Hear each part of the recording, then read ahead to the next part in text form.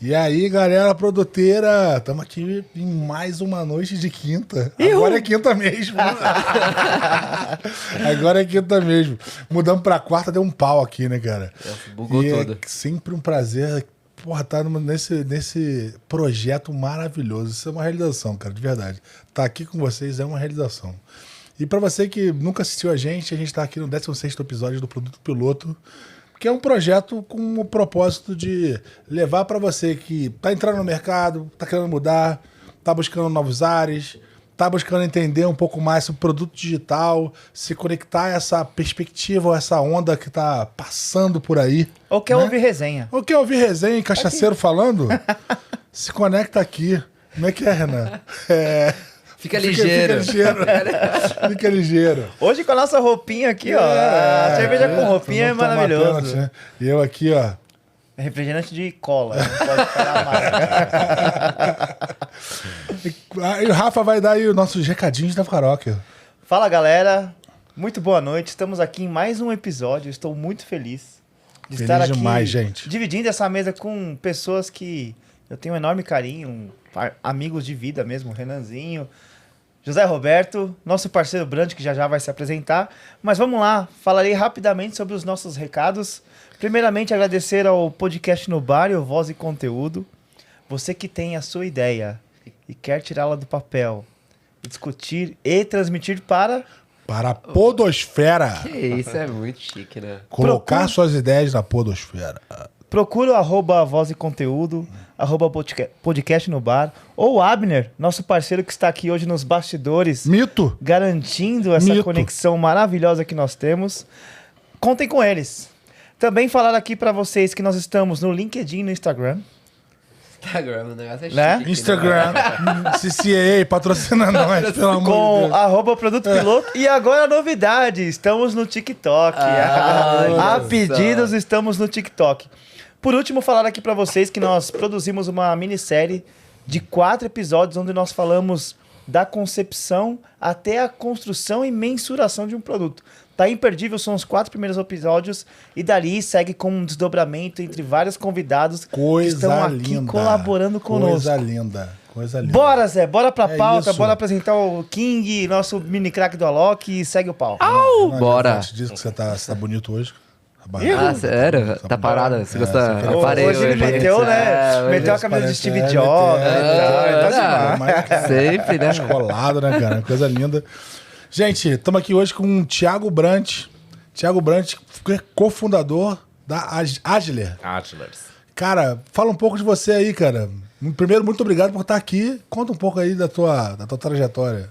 Agradecer o convite, né, primeiramente. E Rafa falou do podcast e vale a pena, eu tô vendo aqui toda a estrutura bacana. Falou do mito, né, mas aqui é mito de verdade, não é os mitos que dizem por aí. Ah, é verdade. Agora tudo se confunde, né, com esse negócio. E, bom, eu entrei nesse mundo aí da Ágil há 16, 17 anos atrás, ainda estava engatinhando no Brasil e passei por tudo que você pode imaginar, né? Já fui Scrum Master, PO, Agile Coach, Enterprise Agile Coach, em bancos, seguradoras, delivery, trabalhei muito no McDonald's e várias empresas. E aí um dia falei, preciso começar a ensinar tudo isso que eu gosto, né? De estar falando, de passar adiante. Então eu decidi fundar a minha própria empresa. Isso foi há 3 anos atrás. E tenho me dedicado a isso. Eu fiquei ainda 2 anos e tanto paralelo, né, trabalhando e ainda com a empresa. E aí, recentemente, eu decidi ficar só com o meu negócio. E hoje... Eu vi aqui que você tá nesse mercado há 25 anos, né, cara? Já trabalhou com vários formatos de produto. E aí, como é que foi esse estalo, assim? Você falou que 3 anos atrás você resolveu ensinar. Mas como é que foi o estalo? Como é que surgiu a ideia? Como é que é a construção? É até bom esse insight para aquele cara que tá pensando em tirar a ideia dele do papel, né? Como é que foi para você? Eu fiz faculdade de análise de sistemas e o meu projeto final eu apresentei no auditório e teve um prêmio projeto, né? Na faculdade não era TCC, era projeto mesmo, a gente desenvolvia. E eu apresentei no auditório, foi uma experiência que eu gostei. Então, 15, 20 anos depois, eu estava andando lá nos corredores do Banco Itaú e eu olhei para um amigo meu e a gente se olhou e falou, vamos começar a ensinar, né? Acho que a gente já tem bastante calo, bastante tropeço aí, acho que está na hora de passar adiante. E aí a gente falou, vamos lá. Aí eu subi, pesquisei, né? O que será que eu posso ensinar aqui, né? Eu fui atrás já de escolas, de marcas e coisas que já existiam para escolher aquele que mais era viável naquele momento e que tinha a ver comigo, né? Foi aí que eu entrei no mundo do Management 3.0. É legal ter uma ligação, né? É legal que você consiga fazer algo que de fato ponha o que você tem de melhor para fora, né? Eu acho que ensinar é um negócio, é um ato de você entregar o seu tempo para alguém, para transmitir o conhecimento, é um movimento social legal, né, cara? É desenvolver outras pessoas. Eu acho que tem uma pegada social muito foda. Inclusive, eu acho que isso dá um baita fit com o que a gente faz aqui, porque o Produto Piloto ele começou com o propósito da gente levar para as pessoas que estão... E aí, o cara que tá querendo empreender, tirar a ideia dele do papel, o cara que tá numa Big Corp querendo mudar de posição, o cara que tá querendo, ou aquela mulher, enfim, que tá querendo entrar nesse mercado, que tá buscando um reposicionamento. A gente buscou trazer um conteúdo acessível, num formato que seja menos denso, menos complexo e tal. Nossa proposta aqui não é, obviamente, capacitar, mas é conectar. E aí tem um pouco a ver com no final das contas, com capacitar também, né? Porque a gente está aqui gerando conteúdo como um todo, né? E aí vem a minha primeira pergunta para você. A Agilers, né, é uma empresa de treinamento, né? Então, você fundou uma empresa de capacitação voltada... A gente costuma falar mais de educação, né? Educação. Para perfis digitais, olhando para todos os aspectos ali, né? Como é que é para você hoje entregar o teu conteúdo olhando para esse cenário em que as pessoas aprendem diferente, né? As pessoas elas estão mudando a forma como elas consomem conteúdo como um todo e elas comparam uma coisa com a outra, né? Sim. Então, na real, você está dando uma aula online competindo com um TikToker, competindo com o Netflix, às vezes, com todo produtor de conteúdo que está na internet. Como é que é isso para você? Como é que se encaixou, né?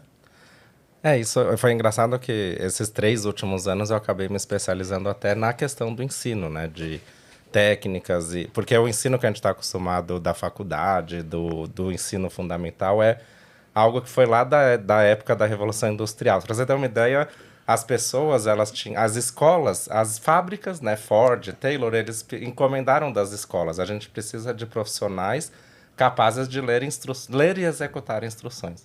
E o nosso sistema de ensino foi construído nisso. Baseado nesse modelo mecânico, talvez. A gente precisa de pessoas capazes de ler uma instrução e executar. E até hoje as escolas são assim. E a gente tem um modelo de ensino porque quando que você vai aprender? Quando o que você está aprendendo conecta com o problema real que você tem. Tanto que quando eu fui estudar o Fit for Purpose, o que eu fiz? Na hora eu já comecei a aplicar na própria Agilers. Então eu... tendo o meu problema real, aí eu consigo aprender. Se você não tem isso, você não aprende. E, cara, você sabe que é um negócio que eu intuitivamente sempre associei, sabia? Quando me perguntavam sobre MBA no passado, há algum tempo atrás, né? Não vou contar aqui quanto, mas eu sempre dizia o seguinte, cara, esse negócio dá muita... Eu acho que ele potencializa muito a tua carreira quando você tem senso de necessidade, né? E aí eu acho que liga com o que você tá falando, né? Quando você consegue... pegar esse dado novo, esse conhecimento novo que você está absorvendo e conectar ele com um problema que você tem, né? E aí é um pouco da prática, né? É a construção de repertório. Tem um aspecto interessante, porque antigamente nós estávamos acostumados, tipo, cara, sai da escola, já faz a faculdade, da faculdade já faz o MBA e você nem ingressou em nada, você não está empreendendo, você não está no mercado de trabalho e já está saindo, cara, estudando, não que isso seja ruim, mas ainda sem uma visão do que você acabou de falar, que é, cara, resolver um problema, entender o que efetivamente faz sentido para mim. E isso é uma discussão interessante porque a gente percebe que há uma mudança. Hoje em dia, existem nichos sobre os assuntos e existem especificidades sobre algumas discussões. Nesse caso, como você traz uma discussão sobre agilidade, sobre RH ágil, enfim, bem interessante. A gente vai realmente... Quem está ouvindo a gente, né, vai assimilar o que a gente está falando, se conectar com algo real. Senão, ela vai escutar e talvez 5 minutos depois nem lembre. E aí, pensando em produto, por exemplo, porque no ensino a gente tem que fazer o quê? Primeiro perguntar. Né, o que você sabe sobre isso? E aí eu tenho que ensinar adequado ao que a pessoa sabe. Se você vai produzir um produto ou qualquer coisa, primeiro você tem que perguntar o que a pessoa... Qual é a experiência que você tem, contato você já teve com Exatamente. isso. Né? O que você entende por isso? O que é isso para você? E aí você consegue construir em cima e realmente empatizar. Não, sensacional. E, assim, eu até fiquei curioso, né? Você comentou sobre como que como foi, né, a construção do ensino, né? Que é uma pessoa falando para uma classe de, sei lá, 50 pessoas para passar instruções e tudo mais. E como que é hoje, né? Qual que é a sua metodologia, assim, que você aplica ali na... O que o mais atual e que não é 100%, mas que eu procuro sempre usar, é até um livro sensacional, custa uma fortuna, mas vale a pena, chama Training from the Back of the Room. Porque a ideia de você treinar do fundo da sala, porque você vai colocar os alunos como protagonistas daquilo. Então, o professor em si, o Agile People, que é um tema que eu ensino, é 100% nesse modelo. Então, eu mesmo, é o curso que eu menos atuo, porque eu falo uma coisa, mas eu pergunto, as pessoas debatem, aí elas vão, fazem exercício, fazem desafios e debatem de novo. Então, eu fico mais como um mediador, porque... Caramba, que legal. O conhecimento, na verdade, muitas vezes já está nas pessoas. A gente tem que ajudar o quê? A trazer ele, gerar discussão, e aí isso gera aprendizado. Eu tava até vendo, né, uma pessoa falando, né, pô, eu entrei em Harvard lá, tem os melhores professores do mundo, mas, cara, antes de você ir pra aula, eles mandam um conteúdo, sei lá, um mês antes. Tipo, você tem que ler um livro de 1000 páginas um mês antes. Aí, uma semana antes, você tem que se reunir com seus colegas de classe pra você discutir sobre aquele assunto antes da aula. E no dia da aula, você vai pra aula, o professor meio que não fala quase nada.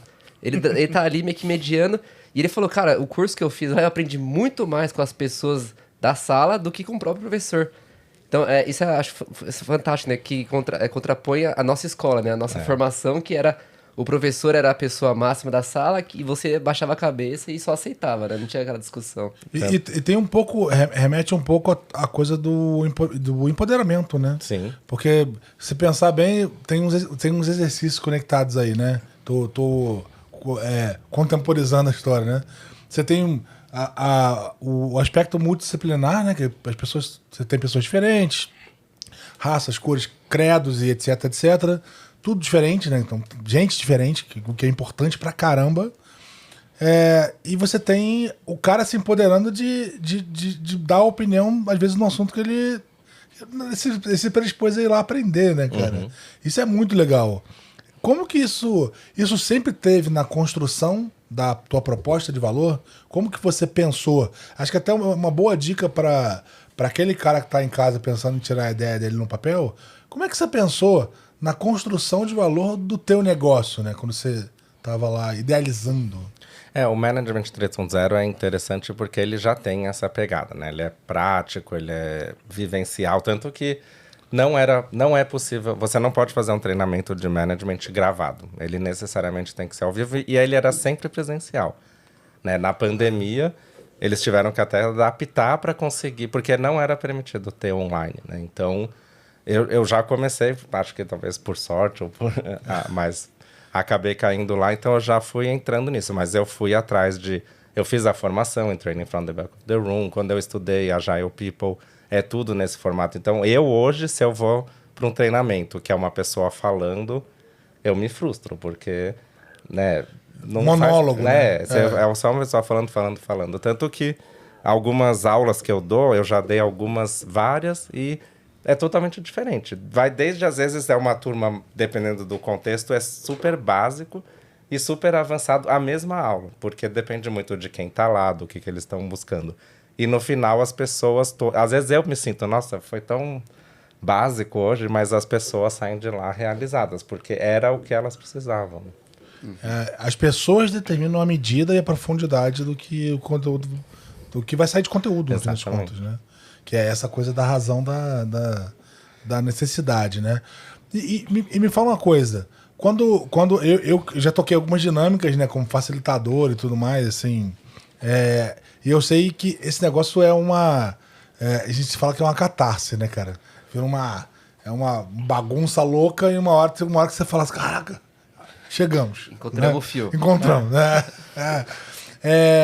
Como é que você equilibra isso, né? Tem um gatilho de estímulo, eu sei que, pelo que você está explicando, tem muito da turma dar o tom do negócio, mas em algum momento você precisa... Elevar o flow. Elevar o flow, né? Ou dar uma injeção de energia e tudo mais. Como é que é isso, né? Como é que funciona? Uma coisa que nesse modelo Training from the Back of the Room e outras coisas mais modernas usa até taxonomia de Bloom, né? Que é baseado o quê? No objetivo de aprendizado. Então, tudo é o que a pessoa tem que sair daqui sabendo fazer.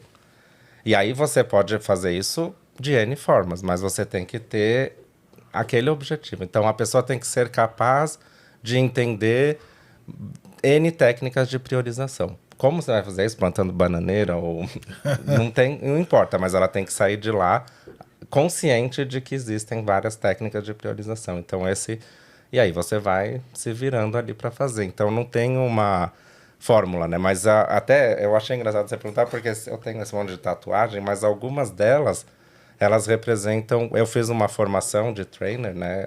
Baseado em PNL e tudo, mas a gente mapeia arquétipos, né? O guerreiro, o guerreiro, o visionário, o curador, o mestre. E aí você tem que saber o momento de atuar como cada um deles. Então, tem hora que você tem que chegar e acho que o líder, o gestor, o pessoal de produto tem que ser assim. Às vezes você tem que ser o mestre, né? Que é o sábio que tá lá e todo mundo, né? Mas às vezes você tem que ser o guerreiro. Que você, gente, aqui É porrada e vai. E às vezes é o visionário, né? Fazer as pessoas viajarem e olharem para o futuro. E às vezes é o curador, que todo mundo tá machucado, frustrado, e aí você vai cuidar para que saia disso. Vai mudando o chapéu ali, né?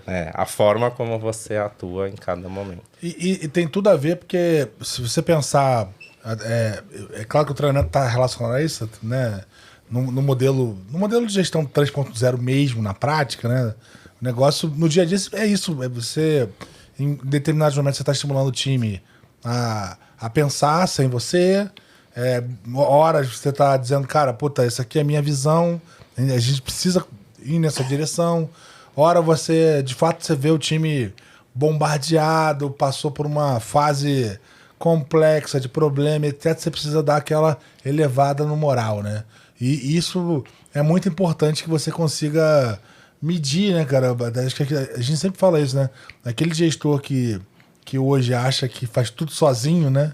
Que todas as ideias vêm na cabeça dele, o cara tá perdendo uma oportunidade tremenda de ter uma dezena, uma centena de pessoas com ele pensando, né, nessa potência de milhões de cabeças, né? Racionalizando aquele negócio, produzindo ideias diferentes. Estimular isso é muito mais poderoso do que você centralizar, né? Então essa é um pouco dessa pegada, no fim das contas. Porque o professor, ele tem muito essa coisa de ser a figura do palco, né? Que figura sabe de tudo, que sabe de que é o tudo, dono da verdade. né? Que tá ali para ensinar, como você falou, a ler especificações e executar processos de forma segmentada, né, cara? E hoje a gente precisa de pessoas criativas e inovadoras, e isso não se faz seguindo instruções, né? Eu até lembrei, porque eu gosto muito do manual do Human Centered Design, né, ou do Design Thinking, que ele tem mentalidade de principiante e tem um outro... São 2 exercícios que eu aplico, mas que é assim...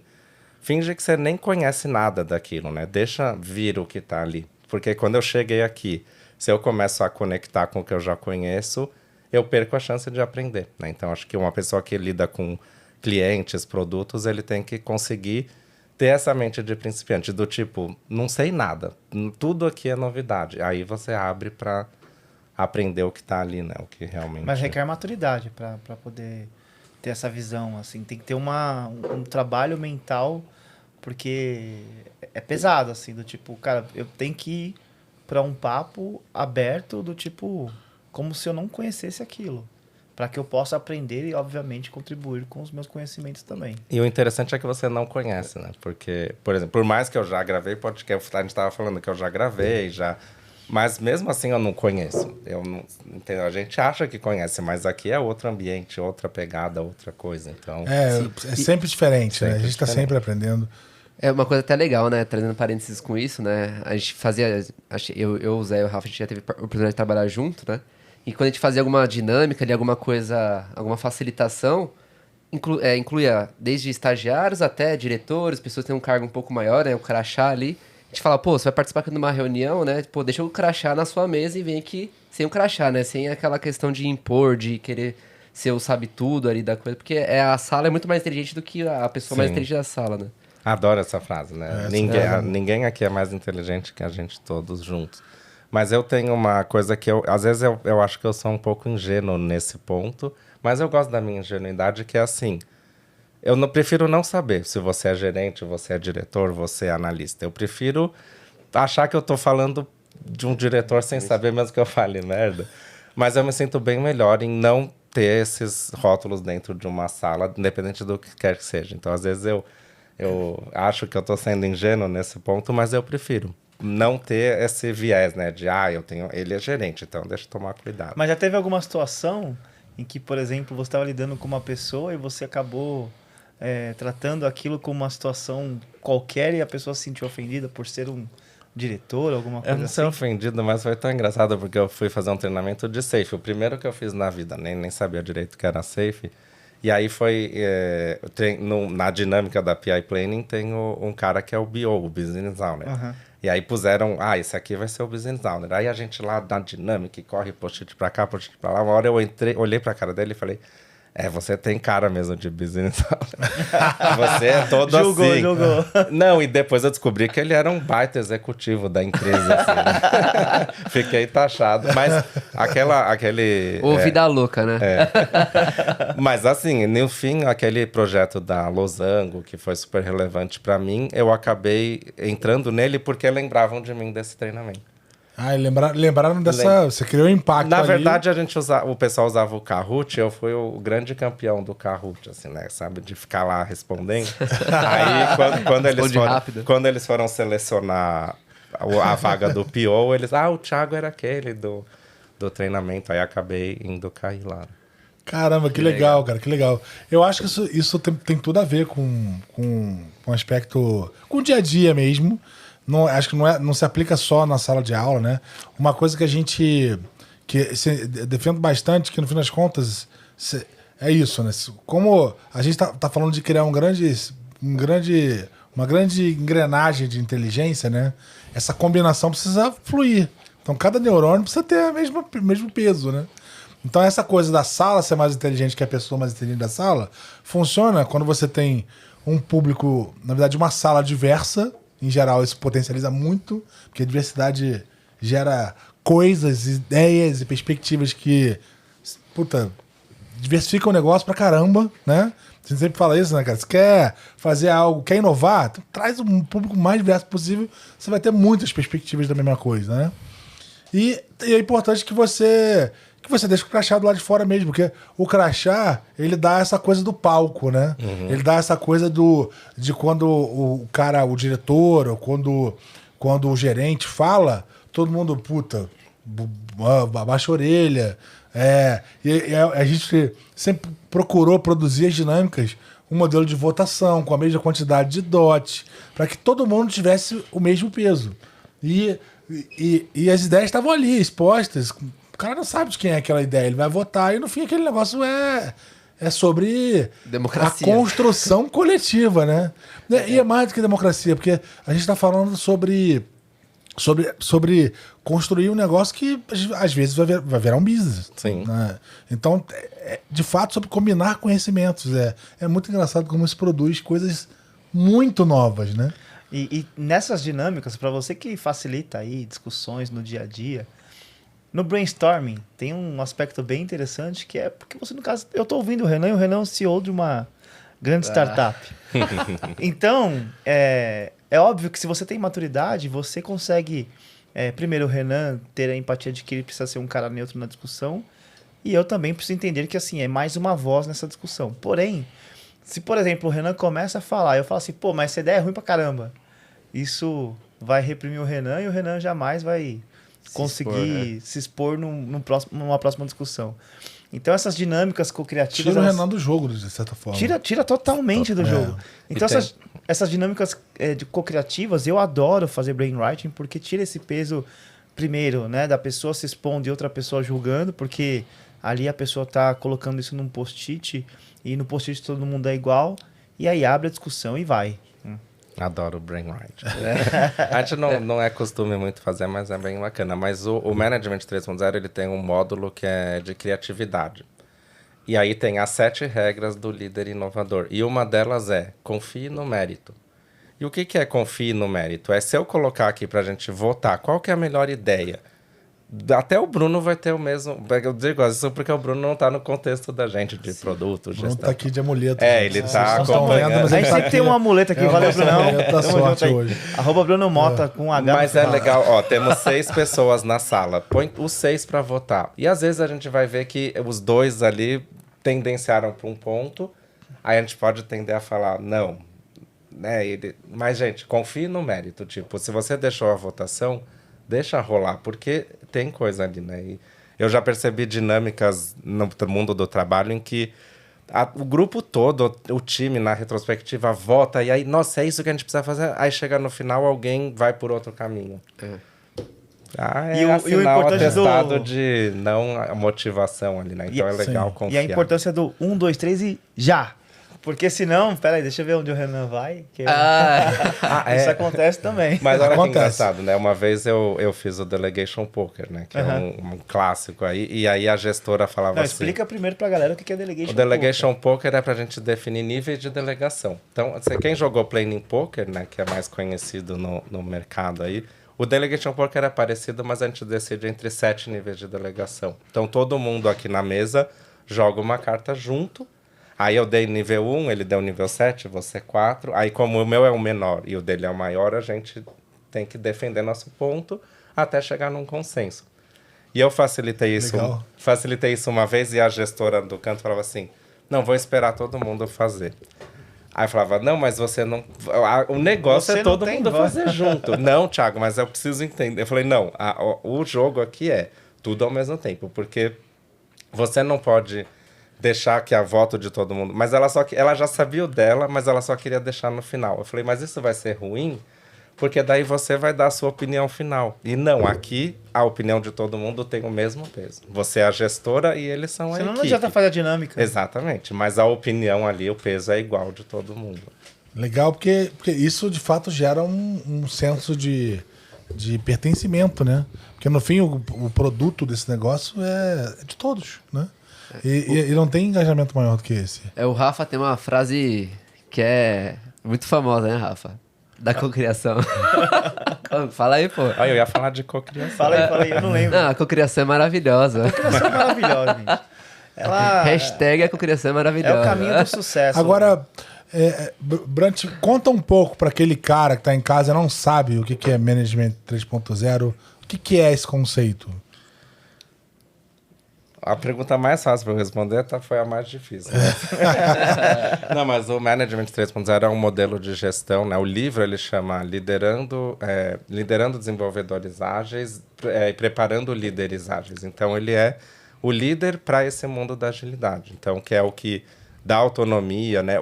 Como que ele nasceu, né? O Jürgen, que é o criador do Management, ele era desenvolvedor. Ele fazia software e teve uma ideia. E a empresa falou, vamos apostar na ideia dele. Então, Jürgen, agora você tem aí 3, 4 equipes e você vai para uma salinha porque agora você é o gestor. E aí ele ficava lá se divertindo, né? E o povo lá trabalhando na ideia dele. Aí um dia, um dos times, o gerente daquele time ia sair de férias. E aí ele chamou o Jürgen e falou assim, fica olhando o meu time enquanto eu tô de férias? Não, pode deixar. Daí ele chamou o time inteiro na sala dele, falou, gente, é isso que eu preciso, esse é o produto, é isso que para que a gente tá indo, vamos lá. E aí deixou. E aí 15 dias depois ele chamou a galera de novo. E aí, como foi? O que deu certo, o que não deu? Ó, então agora vamos por aqui. E o time voltou. Nesse meio tempo, voltou o gerente. Aí o time foi correndo na sala dele, bateu na porta e falou, pelo amor de Deus, conversa com o nosso gerente, né? Ensina pra ele o que você tem feito, porque ele fica cobrando, ele fica no nosso pé, e você não, você deixava a gente fazer. Pelo amor de Deus, manda o cara embora. Eles não pediram pra mandar Seja nosso embora. chefe. Não pediram pra mandar embora, mas falaram, ensina pra ele a fazer isso, porque você dava a diretriz e deixava a gente fazer, e depois só via como foi. E foi nesse contexto que nasceu o Management 3.0. Cara, muito legal, muito legal. E, porque a gente vive hoje num contexto em que todo mundo tem... Assim, em geral, as pessoas consomem muita informação. E isso produz muito repertório, produz muito... Às vezes, uma capacidade criativa diferente, né? E, principalmente no mercado de tecnologia, cara, esse é um business de criatividade. Você está ali produzindo uma coisa que... Ou reproduzindo algo que alguém já fez melhor, né? Pretensamente melhor. Ou, às vezes, de fato, produzindo algo que ninguém pensou. Então tem... E não é só na disrupção que você tem inovação, né? No dia a dia mesmo, na forma como você resolve problemas. Porque tem muita gente que pensa que criatividade é disrupção. É você conseguir produzir algo que vai mudar o mercado, que vai ser a nova solução de mobilidade, a nova solução de consumo. E às vezes inovar é você fazer o seu trabalho de um jeito melhor do que ontem, né? Como que você faz o seu trabalho hoje melhor do que você fez ontem? Isso, de certa forma, já é inovar. Já é pensar diferente, é sair um pouco da caixa. E é um pouco sobre isso, né? Que é sobre estimular esse tipo de coisa, né? Eu acho que isso, hoje, o gerente que não aproveita esse tipo de oportunidade, ele perde uma capacidade importante do time, né? E além de perder o engajamento das pessoas, né? E o inovar, às vezes, também é combinar. O management é muito isso, ele acredita nisso. Combinar coisas já existentes em uma nova coisa é inovação, né? O vórtex da inovação que eu comentei com vocês antes, né? Outro dia eu falei para o Rafa, mas o vórtex, o que é? Ele pegou, o Jürgen também que criou, ele pegou o Design Thinking, o Design Sprint, o Lean Startup, e ele viu que todos eles tinham alguma... O Lean Startup é executar, medir, aprender. O Design Thinking é idear, não sei o que, não sei o que. São muito parecidos. E ele foi vendo todos eles, o que tinha em comum e o que tinha de falta. E aí ele criou os 7 fluxos do Vórtex da Inovação, que é a junção de todos eles, mas numa ideia que a gente, em vez de fazer... Porque a gente fica com a impressão de que é uma sequência, né? Eu faço a ideação, aí eu prototipo, aí eu não sei o que, eu não sei o que lá. E aí ele criou todos eles numa forma que a gente está fazendo tudo meio que ao mesmo tempo, sem ter uma regra de isso vem antes, isso vem depois. A gente tem momentos diferentes, mas a gente tem que fazer os 7 fluxos o mais frequentemente possível, né? Então, e isso é um tipo de inovação, é você combinar coisas que já existem numa nova forma de fazer, né? Sem dúvida. E eu acho que isso é uma trava, né? Porque tem muita gente que pensa que inovação é você fazer algo de um jeito como ninguém jamais fez, né? Como vou criar um Uber agora, vou criar uma solução que vai disruptar o mercado. Não é sobre isso. É sobre E o exemplo pequenos movimentos, né? E o exemplo que essa semana ele mandou uma newsletter que foi sensacional, porque ele fala assim, né? Eu participo de conferências e ele ensina Agile Coaches e tudo mais. Então, ele participa de algumas conferências. Quando ele está nessa conferência, o que ele faz? Ele observa. O que esses Agile Coaches estão falando? Que são? Então, ele está fazendo o quê? Ele está contextualizando, ele está indo buscar. Só que isso acontece a cada conferência, que pode ser uma por mês, uma a cada 2 meses, uma por ano. Então, é um ciclo em que ele vai pesquisar o cliente dele, o público-alvo. Só que outras coisas ele faz todo dia de manhã ele se atualiza daquele dia. Então, assim, cada fluxo, né, cada etapa do processo criativo, elas acontecem em tempos e momentos diferentes. Tem uma questão de condição, né? A gente já conversou com o Paulo Sanz, aqui, ó, sei lá, 5, 6, 7 episódios, não vou me lembrar agora. Os primeiros episódios. Os primeiros episódios, E o Sanz falou muito sobre inovação. Eu tenho que dar uma apertadinha aqui. É esse, tá. O Sanz falou muito sobre inovação, falou muito sobre criatividade, né? E aí ele falava um pouco sobre como você estimular o seu lado criativo do cérebro, fazer diferente, etc. E é claro que tinha uma pegada de como você trabalhar a criatividade no sentido de estimular o teu cérebro a fazer diferente, né?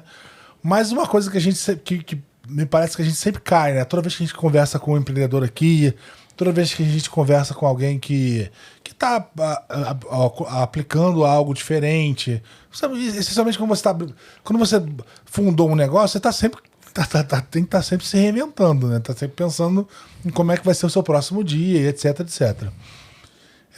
Isso no fim das contas é uma produção de repertório, né? Então a gente acaba convergindo por um ponto que ele é nevrálgico, né? É sobre liberdade.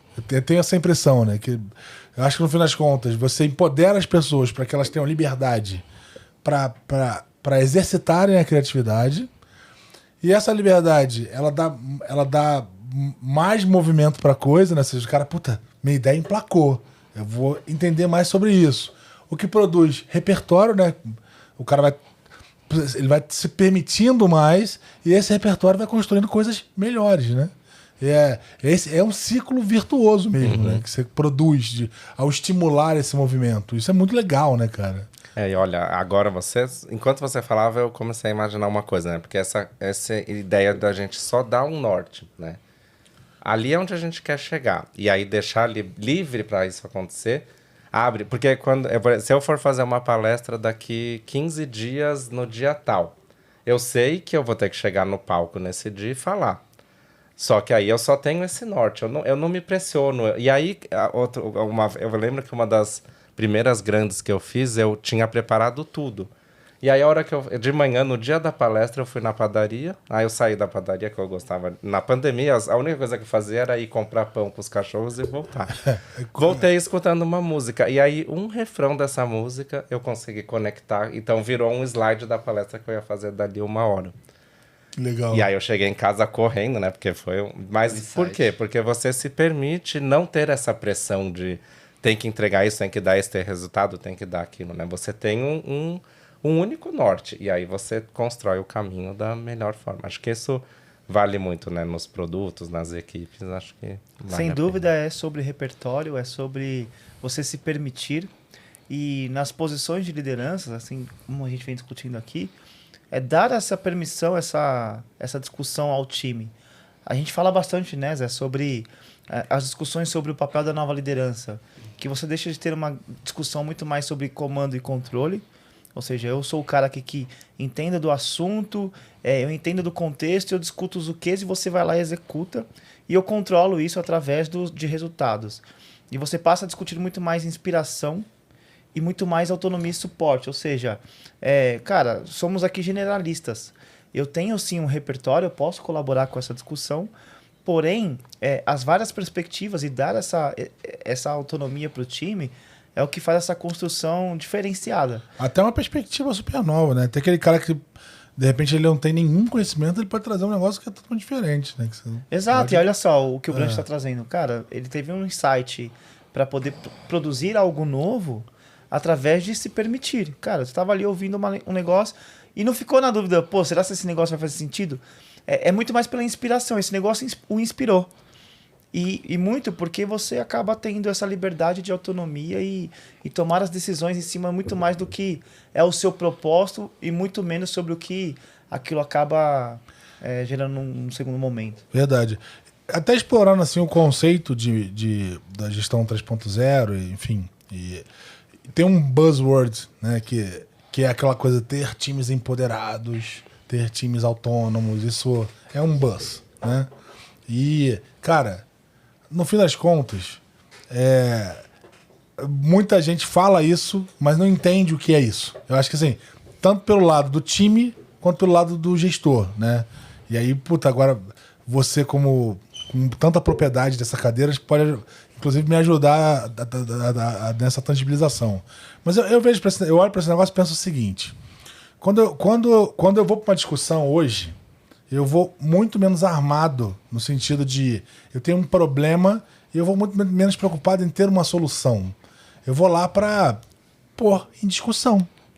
E é isso, assim, eu não vou preocupado em, cara, chegar lá e tal. Eu vou colocar logo a minha opinião, vou definir logo como vai ser. Eu vou muito mais preocupado em dar clareza pro time de aonde a gente precisa chegar, que problema a gente precisa resolver.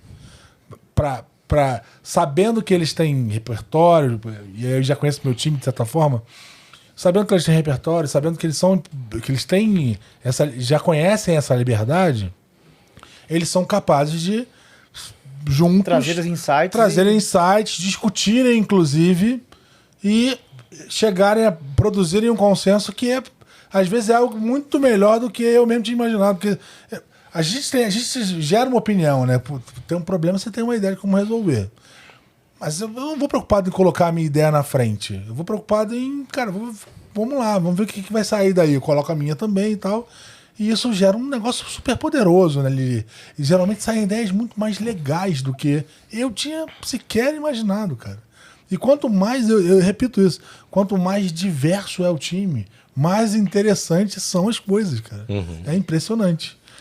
E por isso que eu digo que o cara que tem um time hoje, um gerente que tem um time, cara, que seja um time de 5, 6, 10 pessoas e não aproveita essa capacidade, ele deixa de multiplicar o potencial do time. Como diz o Renan, tá vacilando.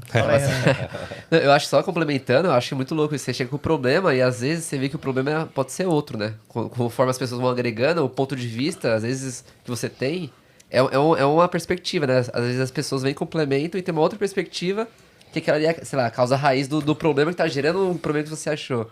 Então, cara, acho que a gente tá, todo mundo aqui é a favor disso, né? Tipo, diversidade, diversos pontos de vista, acho que esse é o caminho, né? Eu esqueci, eu devia ter contado quantas vezes você falou time, porque eu achei engraçado que essa semana teve algum post polêmico, mas...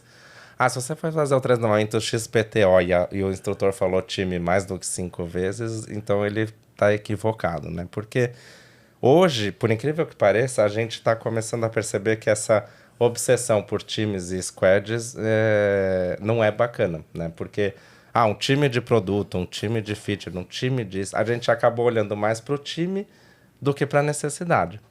Verdade. E um exemplo muito bacana é o que aconteceu hoje. Porque a gente chegou aqui, eu nem conhecia o Renan, você, o Rafa eu já tinha visto, mas nunca pessoalmente. Mas a gente se reuniu, a gente conversou um pouquinho, né? O dedinho, ou assim. E aí a gente tem o quê? Regras que sabe que funciona, mas a gente acabou de formar um time com uma missão. Então, o principal é a missão e não o time.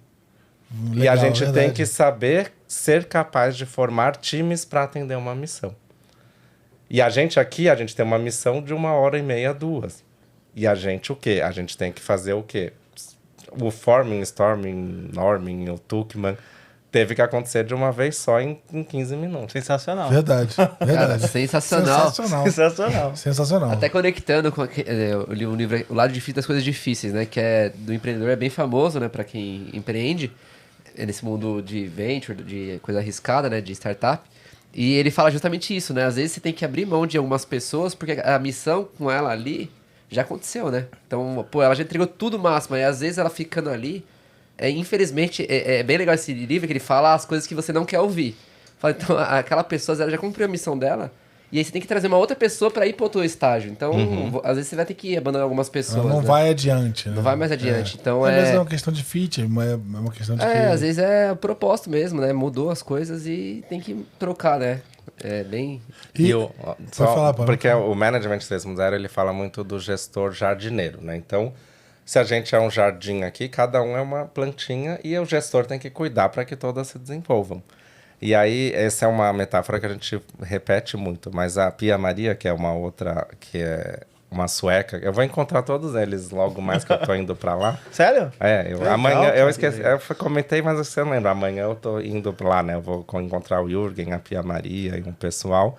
E ela fala um pouco que às vezes aquela semente não cabe, não vai germinar aqui. E aí cabe a gente encontrar aonde, né? Então não é exatamente descartar, mas assim, não é aqui. Exato. Mas vamos ver aonde você pode prosperar. Porque ficar insistindo também, às vezes, não é o... Às vezes não é o momento da pessoa, não é... As condições não são as que ela gosta ou que são propícias para o crescimento dela. Às vezes o jardim do lado ali tá mais propício. Mais interessante. Eu particularmente, prego muito isso, assim, o que eu chamo de fluidez, assim. Cara, precisa existir uma fluidez para que hoje você tá focado numa atividade A que seja um pouco mais densa em termos de codificação, no caso, olhando para o aspecto de software. E amanhã o propósito dessa iniciativa mudou de fase. Agora está numa fase em que tá mais voltada para o engajamento, numa pegada um pouco mais de interface. Você tem que ter essa capacidade de entender que, cara, não é momento do cara. Ele é muito bom para quebrar pedra, ou ele é muito bom para um momento de guerra, ou ele é muito bom para fundação, mas ele não é bom para continuidade, porque fica muita calmaria, ele gosta de guerra. Conheço uma pessoa gente que dessa, é assim. ainda, você lembra? Eu também conheço gente assim. Pô, esse cara aqui, o cara fez um negócio sensacional. Próximo passo, não é o cara. E é o cara que você falava assim, pô, Perfil, bota uma né? fé nesse cara, mas o cara, pô, não, eu gosto ele só gosta disso da aqui, guerra. cara, ele gosta disso aqui. Ele gosta da guerra, gosta do tiroteio, gosta do barulho das bombas e tudo. Que é aquela coisa de como a coisa tá começando, né? Barulho da britadeira e tudo mais. Tá tudo pronto, ele, pô, cara. Na hora do pintor ali. Acabou pra mim, né? Vou pra Na hora próxima. que calmaria, ele já... E nem sempre a pessoa ela consegue identificar isso. Às vezes, muitas vezes, você, como gestor, precisa olhar para isso, mapear, né, nos teus perfis e entender como que você vai, de fato, colocar essa semente na condição adequada para ela, né? Um outro aspecto que eu vejo disso, cara, que é o inverso, né? Que eu acho que tem uma questão, assim, como você falou é interessante ouvir você falar esse negócio do time, né? Porque eu prezo muito a coisa do time, assim, de puta. Mas é muito na linha de, cara, porque meu time resolve. Meu time coloca a coisa pra frente e tal. E é uma combinação muito fluida mesmo, né? Uhum. E precisa mudar, precisa mudar à medida da necessidade. A gente estava discutindo pouco antes ali a possibilidade de, cara, vamos juntar aqui um grupo de pessoas de 2 ou 3 áreas diferentes para resolver um problema, porque a gente precisa dessa multidisciplinaridade. Tá? É muito nessa visão também. Mas olhando pelo lado contrário, né? Uma coisa é o lado do gestor. A gente sempre fala do lado do gestor, né?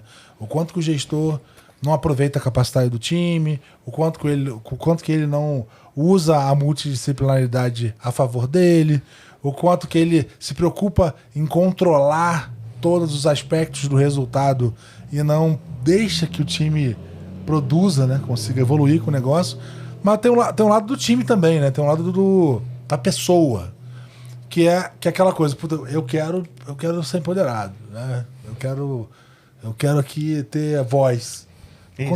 Quando você dá a voz, o cara, mas peraí, qual é a definição disso? Não, mano, cara, não é. Não, a gente tem um norte, nós vamos pra lá. A gente tem limites aqui, tem guardrail e essa é a estrada. E tem muita gente que trava nesse processo, né? Como é que você vê isso? Como é que... Porque assim, tem um lado da pessoa empoderada se adaptar ao empoderamento em si, né? E aí, assim, eu tenho dúvida, né? Se é sobre repertório, se é sobre... às vezes a pessoa já ter vivido isso mais vezes, não sei. Acho que... Eu queria ouvir um pouco da tua visão disso. Eu acho que assim, a gente tem que saber identificar o potencial de cada um e aproveitar, né? E tem gente que precisa ser puxada e gente que empurra. Inclusive, essa coisa de você ter times mais dinâmicos e tal, quando você vai iniciar algo novo, você tem que garantir que esteja alguém lá com veia empreendedora. Então, assim, você não vai juntar uma galerinha que é todo mundo que tem que ser puxado. Não vai pra frente. Então, você tem que ter um cuidado de colocar alguém ali que vai puxar. E lembrar que a liderança pode acontecer em qualquer lugar. Então, essa pessoa, ela precisa de um empurrãozinho. Mas o empurrãozinho não precisa vir de mim, gestor. Pode ser do colega, do outro. E eles têm que saber, né, aprender a valorizar isso. E aí a gente aprende a usar os potenciais dentro do Isso me time. lembrou um case, esse você tem que contar. Eu tava com... O Brand até se envolve nesse case. Eu tava com um problema... Não era bem um problema, eu tinha que construir algo que era em escala. Pô, eu tinha um produto, que esse produto se relacionava com mais de 10 áreas dentro da companhia. Em uma Big Corp, você sabe que para fazer uma curva numa Scania, você precisa desacelerar demais. Mas ele não pode parar. E aí eu olhava pro meu time assim, eu tinha algumas pessoas muito boas e eu tinha que colocar aquilo em movimento. Aí, pô, estudando algumas coisas e tal, e aí, pô, lembrei do Agile em Scala, lembrei do Brand, que já tinha dado alguns treinamentos sobre Agile em Scala. E aí eu chamei a pessoa do time, a Fernanda, posso até falar o nome aqui. Falei, Fê, na boa, ó, tem um negócio aqui que envolve 10 times. Você tá maluco? Como assim? Fê, olha só, vou colocar você conectado com um especialista no assunto. Você vai absorver, você vai pôr pra rodar. Mas por que eu 10 aposto? times. Eram 10 produtos e ela tinha que orquestrar a dinâmica 10 produtos. Para eles trabalharem juntos numa trabalharem solução. Né? para trabalhar junto numa solução convergente. E ela nunca tinha feito isso, e só que tem um aspecto que o Brand acabou de citar. Ela tinha uma veia empreendedora e um brilho no olho para fazer esse negócio acontecer. Ela tava afim, ela precisava só do tipo, confia, vai lá e faz. Legal. E ela já tinha sido diretora e altas posições em outras empresas. Então, ela conseguiu achar o ponto, né? De eu não precisar ser uma diretora, mas eu poder influenciar e eu poder puxar. Eu conversei logo no finalzinho da minha atuação lá e ela... Cara, ela hoje legal. tá voando. Hoje ela discute, ela é referência dentro da companhia sobre agilidade em escala. Que legal, cara. Sensacional, assim. E é muito sobre isso, sobre, por exemplo, a pessoa às vezes ela precisa ter um incentivo porque ela já tem dentro dela essa vontade de fazer acontecer. Então, é aquilo que a gente acabou de falar, inspirar pelo propósito, dar o senso e autonomia e vai. Sim. Eu acho que até conecta com um ponto que a gente já vem discutindo nos outros episódios, né? Que é aquelas fases do time, né? Que acho que é a Tuckman, se não me engano, né? No começo, aquele caos ali, Confrontação ali. aquela coisa, né? Aí depois as coisas começam a se ajeitar e só no final, ali depois de um certo tempo, que começa a performar, né? E é claro que tem vários ingredientes ali naquela terra, né? Tem que ser bem fertilizado ali para que o time consiga crescer de fato, né? Que é a autonomia, confiança entre eles. Então, acho que fala muito sobre o que a gente tá falando, né? E aí, Zé, se você me permite até puxar um gancho aqui, né? Já que o Zé é o nosso host. Claro. A gente tá falando Você sobre... é o nosso Co-host. Craque da Loki. Você pode qualquer coisa, cara. Que isso, hein? Cara, a gente tá falando muito aqui sobre várias frameworks, né? Falou sobre Design Thinking, sobre Management 3.0, várias outras coisas que você também comentou. Cara, a pergunta que não quer calar, né? Existe uma receita ali, alguma coisa que vai dar certo? Vou dar um exemplo. Pô, Scrum ou Kanban? Qual que é o certo pro sucesso? Hoje, eu tô falando um pouco com vocês em algumas coisas pós-Management 3.0, que ainda tá por vir, mas um princípio, né, é uma das coisas que eu vou estudar lá na Europa esse mês, vai ser um princípio que é assim, depende e tudo é opcional.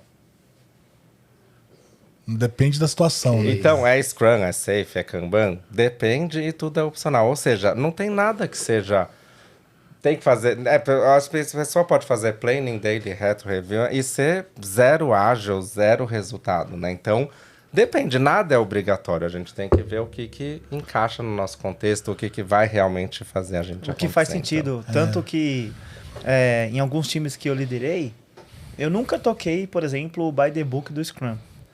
Até porque não faz tanto sentido. Porque o legal de ser um framework é que você pode usar dessas várias ações para poder potencializar algo. Outra questão também é o safe. Cara, é um negócio que, ao meu ver, se você colocar ele no by the book, é mega complexo de implementar.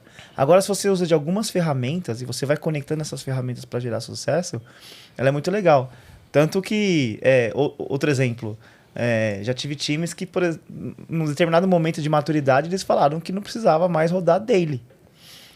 Só que aí é o lado contrário da história. Não, beleza, cara. Não quer rodar daily? Autonomia do time, senso de propósito, vocês são donos do produto e segue. Vai lá, tá com pau. Tá com pau. Passou 3 semanas, pô, o cara tá pegando minha atividade, o cara tá fazendo minha ação, tá mal caos, me ajuda aqui. Falei, cara, tive uma ideia. Vou fazer E daily. se nós pegássemos tipo uns 10, 15 minutos por dia, assim, e discutisse o que cada um tá tocando, como as coisas estão avançando, olhando pro produto e tal. Não, pô, boa ideia. Então, volta dele.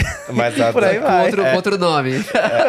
É legal que a daily é um clássico, né? Porque qualquer prova de Scrum que você fizer, pode ser a pergunta que for. O Scrum Master nunca, em hipótese alguma, pode aceitar que a daily não seja diária e que... Então, assim, é fácil passar na prova do Scrum, porque se qualquer pergunta sobre daily tem que ter daily, ponto. Tem que ter. E o mais legal é quando você percebe... A gente estipulou no PagSeguro, uma das últimas coisas, a terça do silêncio, né? Que era a terça sem reunião. E a gente falou assim, até a daily não vai ter na terça. A gente testou daily assíncrona. Então, é legal a gente abrir a mente para novas possibilidades, né? Tem um exemplo do management que é assim, o cara comprou jalecos para a equipe inteira e falou, a gente vai começar a rodar experimentos. Aí ele falava, galera, põe todo mundo o jaleco, vamos ali no quadro de atividades em pé para ver o que está acontecendo. E aí todo mundo ia lá, todo mundo olhava, passava no corredor e falava, o que esses povo louco tá fazendo? Todo mundo adorou, né? E o que eles estavam fazendo? Implantando o Scrum. Mas não precisou falar a palavra Scrum, a palavra dele, a palavra não sei o quê. Não, isso é muito legal. Acho que não é uma receita de bolo mesmo. No fim das contas, é sobre resolver um problema, né?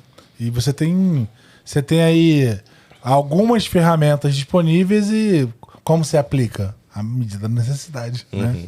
Se conectar à sua necessidade. Você lembra da PM que não curtia a palavra OKR, Zé? Lembro. A gente já viveu isso, de um time, né, em que a gente estava discutindo planejamento de produto, etc. E não queria ouvir falar sobre True North, não queria ouvir falar sobre OKR.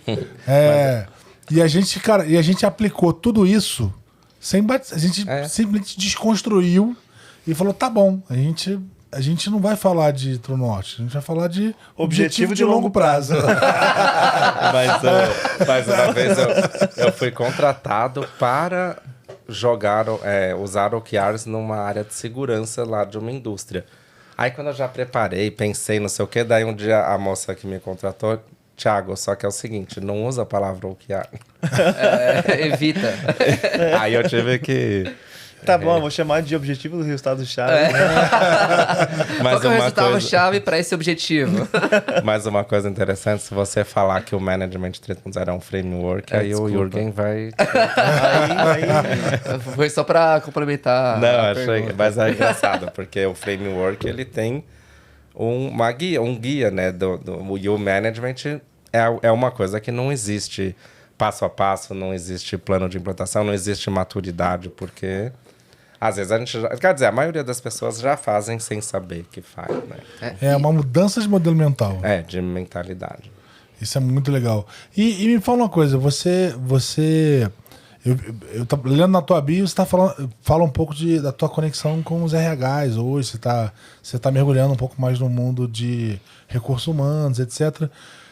E qual é o teu propósito com isso? Conta um pouco de como é que você tá querendo ligar as coisas do teu business de educação, né? Conseguir acertar, de educação e toda essa coisa que acho que até um pouco mais, né? Quer dizer, você está levando um repertório e incentivando as pessoas a mudarem a forma de pensar. Sim. E conectando isso com o RH, porque como é que é isso? Eu contei que eu dei gafe com o executivo lá no treinamento, e aí logo em seguida eu entrei na implantação do Safe, que foi o maior projeto. A gente virou 500 pessoas em 2-3 meses. E eu lembro que... Foi uma PI de 300, 500? Na primeira foram 240 pessoas e a segunda 500. Mas foi um período de 3-4 meses, né? E no meio disso, uma moça do RH marcou uma reunião. Eu era consultor externo, tá? Uma moça do RH marcou comigo e eu recebi ela e eu listei todos os papéis do Safe, o aspecto de não ser hierárquico, e sim, né? Todo mundo tem o mesmo nível, tal. E eu fui explicando tudo isso. E eu lembro que eu levei uma bronca, né? Que o meu gestor falou, Thiago, a gente tem tanta coisa pra fazer, você conversando com a mulher do RH. Mas aquilo me ligou uma coisinha do tipo, gente, o RH tem que participar disso. Porque a gente aqui no mundo ágil tá lá, né? E outra, jogando um monte de responsabilidade em cima do Scrum Master, do Agile Coach. A hora que o negócio, o calo aperta, todo mundo bate na porta do RH. Aí eu comecei a ligar essa coisa de a gente precisa ensinar agilidade para o RH. Né? O RH precisa dar a mão para o delivery, né? Entrega, discovery, produto. Tá ótimo, a gente tá conseguindo. Aos trancos e barrancos a gente tá mandando ver. Mas o RH ficou para trás.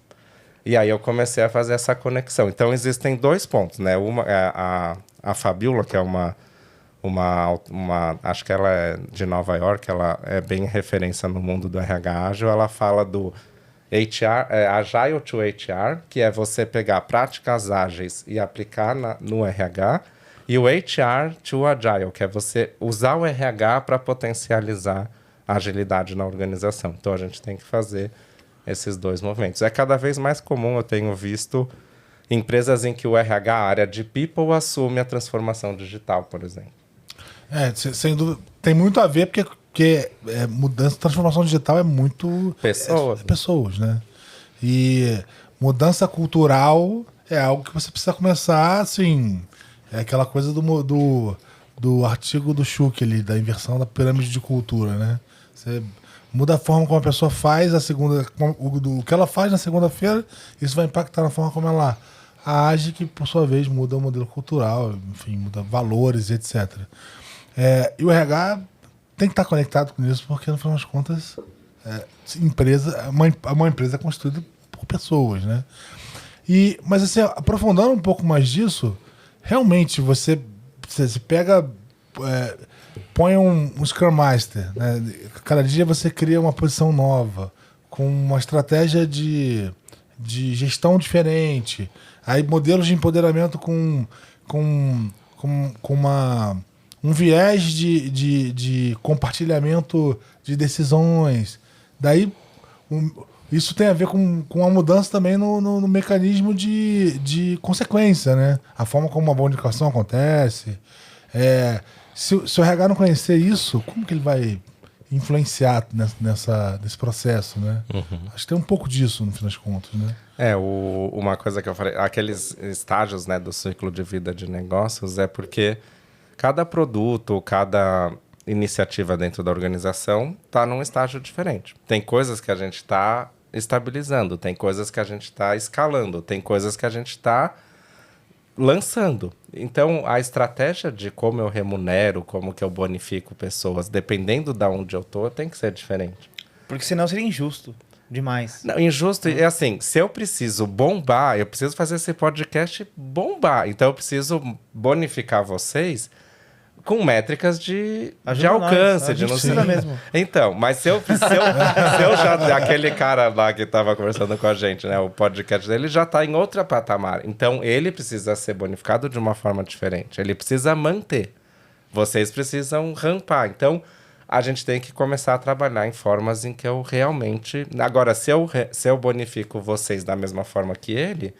Ou ele vai para trás, ou vocês não vão engrenar, né? A gente tem que ter diferenciação. Então, isso, o RH ainda precisa evoluir bastante a forma de... E a gente acaba associando muito a capacitação do RH talvez a construção de uma habilidade de encontrar a pessoa com aquele perfil. Acho que e não é só sobre isso, né? Isso acho que hoje nem é mais papel do RH. Acho que tem que... Tem a questão do... papel de recrutamento de seleção. Não, mas a equipe, a minha equipe, se eu quero trabalhar com um desenvolvedor top, a minha equipe vai ter que ir no LinkedIn atrás de alguém. Sim, se eu depender do RH, eu nunca vou conseguir o profissional ideal, né? Tem uma questão de construção de fit, muita empresa ainda faz assim, né? Uhum. Tem ali o RS. Não que não vá passar pelo RH, mas eu acho que hoje não é mais um papel exclusivo do RH. Sim. Né? Então, e que é outro ponto que tem que mudar nessa visão de RH, né? Que é aquela coisa do gente boa indica gente boa, né? Você não quer trabalhar com gente ruim, né? Então, no fim das contas, isso é importante. E a gente acaba associando um pouco disso, né? De, como é que os caras vão conseguir identificar que esse é o perfil adequado para o time? Sim, tem a questão da dedicação, tem a questão de que o time mesmo vai ajudar a capturar talentos que tenham fit, né? Que, cara, eu trabalhei com um cara que esse cara tem muito fit com esse momento que a gente está vivendo, assim vai. Isso acontece em escala, né? E inclusive escala o processo de RH também, né? Mas tem esse lado do bonificar, tem um lado da forma como você lida com novos problemas, que você passa a ter novos problemas. As pessoas têm uma outra lógica de preocupação, tem às vezes uma circunstância de pressão diferente, porque existe um mito, né, de que trabalhar numa empresa de alto crescimento é maravilhoso, mas não é maravilhoso. Você tem que estar sempre produzindo algo que vai impulsionar a empresa todo dia, né? E aí, sim, você tem que lidar com isso, né? E como é que você prepara o RH para lidar com essa situação em que, cara, e o cara vai lá reclamar que tá tudo mudando todo dia, etc. E o RH vai dizer o quê? Puta, é assim mesmo, né? Mas o RH, ele precisa... E aí até a Pia Maria, que eu comentei mais cedo, ela criou um papel que ela chamou de Agile People Coach. Porque a ideia de o Agile Coach, o pessoal de agilidade, eles têm que começar a ter um olhar melhor de pessoas. Conhecimentos de RH, de psicologia e tal, porque esse tipo de coisa a gente tem que ter uma bola dividida. Que é o que eu falei, não adianta ir lá bater na porta do RH e pedir socorro, né? A gente tem que saber lidar com o aspecto humano, né? A mudança é algo que... eu falei muito das equipes dinâmicas, mas não é uma coisa... Rafael, vai pra lá, agora você vai pra cá. E as pessoas não são um bonequinho que você joga pra lá e pra cá. Tem que ser feita uma gestão em cima disso. A gente falou do onboarding em algum momento, né? O onboarding é uma coisa que todo mundo... tem que fazer... Mas o onboarding é muito sério. Vocês fizeram um onboarding comigo lá fora. Foi bom, pra eu chegar, que foi... Uma boa. Eu cheguei um pouco apreensivo, mas é do momento. Mas assim, né? Aí a gente vai... Mas assim, tem que ter esse acolhimento. E quando alguém sai também... Porque se alguém agora sair, isso muda a dinâmica, né? Então, tudo isso tem que ser gerenciado. Então. E é algo que você precisa pensar como produto, de certa forma, né? Então, acho que olhando até vertendo um pouco o viés, né? Porque você tem o aspecto do RH como instrumento, né? Como participante desse ecossistema de agilidade, etc, gerindo perfis novos, atraindo perfis novos, mantendo e entendendo o que essas dinâmicas provocam de positivo e de negativo, porque tudo tem isso, né? Tem o RH também como produtor, né? Como quem entrega um produto para um cliente, Sim. Que é o colaborador, né? E aí eu vivi uma situação, uma empresa que eu passei, que estava formando um time de produto de RH, né? E aí o propósito era criar uma dinâmica, realmente uma composição multidisciplinar, em que você conseguisse criar mexer na jornada de onboarding, mexer na jornada em todas as jornadas do ciclo de vida de um colaborador na empresa, tá? Uhum. Desde do onboarding dele até a vida, o dia a dia, né, consumo de serviços, etc., até o desligamento, né, eventualmente. E a gente começou a olhar para o primeiro dia do cara. O primeiro dia do cara, o problema que apareceu assim mais claro precisamos ter acesso em notebook. Acesso notebook, acesso notebook. Cara, isso virou um mantra. Aí a gente foi pesquisar. Pegamos um grupo de recém-contratados e fomos entender qual é o problema que esses caras estavam vendo, como é que eles estavam se sentindo. Cara, e as situações eram muito mais básicas do que aquilo. Sim. Tinha cara que nunca tinha visto a cara do gestor. Ele não sabia que área ele ia. Surreal. E tinha cara que... Teve um cara que ficou preso na escada, porque ele não tinha acesso, ele estava com um crachá provisório e ele não conseguia sair da escada, cara. Ele ficou preso por horas na escada, sabe, de incêndio. Ele foi de um andar para o outro e ele não sabia, sabe, coisas básicas. Então, quer dizer, olhar para a necessidade do colaborador também virou uma necessidade importante, dado que para você de manter as pessoas, tanto atrair quanto manter, é importante você criar um ambiente que seja atrativo, né? Que você vender sua empresa também, né? E do mesmo jeito que você faz mapa de empatia, mapa de jornada do tudo do seu o cliente, né? Ele instalou o aplicativo, quais são as objeções, quais são as etapas do fluxo que ele abandona, tal. A gente tem que olhar no colaborador, né? Até o Thiago, que é o meu xará com Y, né? Porque é Thiago com Y lá de Recife, ele usa muito design thinking e tal nesses processos, e ele sempre mostra um livro que é tipo assim, quer ter sucesso? Esquece o seu cliente e foque no seu colaborador. Que também tem até uma pergunta que eu faço muito na Agile People, que a gente reflete muito, que é, a sua empresa é foco no cliente ou no colaborador? E a gente tem essa coisa, né? Tem que ser foco no cliente, mas a CIT, que é não sei se vocês conhecem, né? Que já está há tanto tempo e só cresce, o mantra do presidente do César Gon nós desenvolvemos pessoas antes de desenvolver software. Porque eles têm esse aspecto. A CIT é uma empresa que desenvolve pessoas. Aí, patrocina a gente aí, Léo, que tá ouvindo. Léo, a gente. tá vendo aí, né, cara? Dá uma moral. E nem foi combinado, hein, Léo? Dá uma moral pra gente aí. Foi espontâneo. O Léo deve vir aí no início de dezembro. O Dario veio aqui, né? Dario veio aqui também. E eles falam isso, a gente desenvolve pessoas e elas vão desenvolver softwares e encantar nossos clientes. Mas o business de lá é desenvolver essas pessoas. Você sabe que nessa mesma empresa que eu contei a história, né? Eu fui fazer uma entrevista com o CEO, né?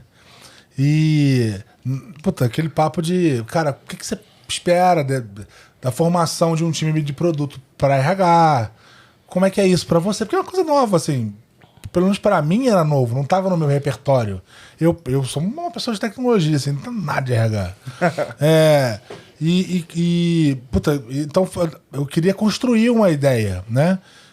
A gente fez uma dinâmica multidisciplinar, juntou pessoas com várias perspectivas, assim, pegamos níveis diferentes de gestão, pessoas de áreas diferentes do RH, gestores de outras áreas, para construir perspectiva.